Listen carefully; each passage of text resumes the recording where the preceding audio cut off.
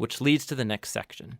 We find stories about all these conflicts that Israel had with different Canaanite groups. And the first part retells the story of 2 battles in detail, and that's followed by a series of short stories that condense years of battles into a few brief summaries.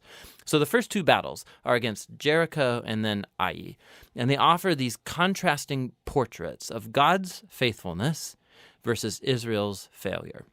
At Jericho, Israel is to take a completely passive approach. So they let God's presence in the ark lead them around the city to music for 6 days.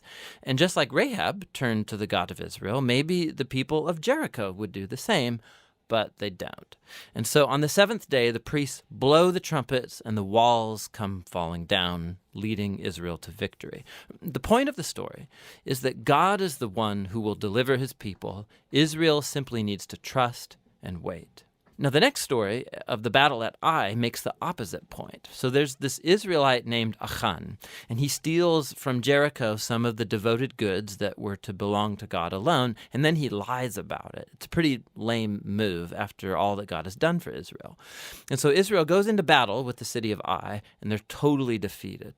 And it's only after humble repentance and severely dealing with Achan's sin that Israel gains victory.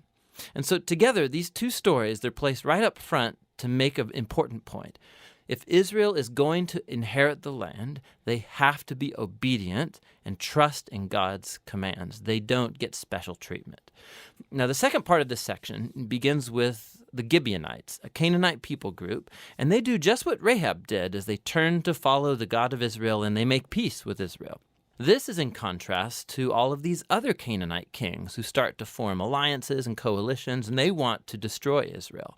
So Israel engages them in battle, and they win by a landslide. And so this whole section concludes with this summary list of all of these victories won by Moses and then by Joshua. Now, let's stop for a second, because odds are that these stories and the violence in them, they're going to bother you. And if you're a follower of Jesus, you're bound to wonder, didn't Jesus say to love your enemies? Why is God declaring war here? So first, why the Canaanites? The main reasons are actually given earlier in the biblical story. It's that the culture of the Canaanites had become extremely morally corrupt, especially when it comes to sex. Go check out Leviticus chapter 18. And they also widely practiced child sacrifice. Go see Deuteronomy chapter 12. And so God didn't want these practices to influence Israel. The Canaanites had to go. Which raises the second question. Did God actually command the destruction of all the Canaanites, like a genocide? So at first glance, you look at the phrases used in these stories. They totally destroyed them. They left no survivor or anything that breathed. But when you look a second time more closely, you'll see that these phrases are clearly hyperbole and not literal. So go back to the original command about the Canaanites in Deuteronomy chapter 7.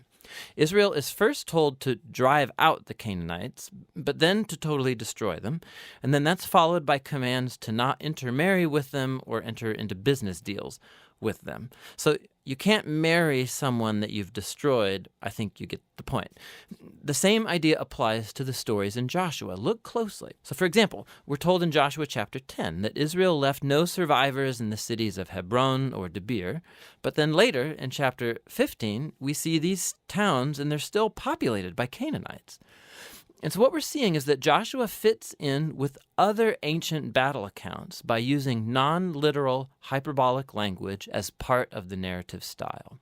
And so the word genocide doesn't actually fit what we see here, especially in light of the stories about the Canaanites who did turn to the God of Israel, like Rahab or the Gibeonites. God was open to those who would turn to him. The last thing to think about is that these stories mark a unique moment in Israel's history.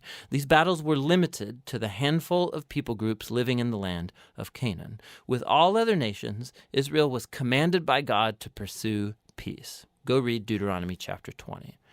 So the purpose of these battle stories was never to tell you, the reader, to go commit violence in God's name. Rather, they show God bringing his justice on human evil at a unique moment in history and how he delivered Israel from being annihilated by the Canaanites.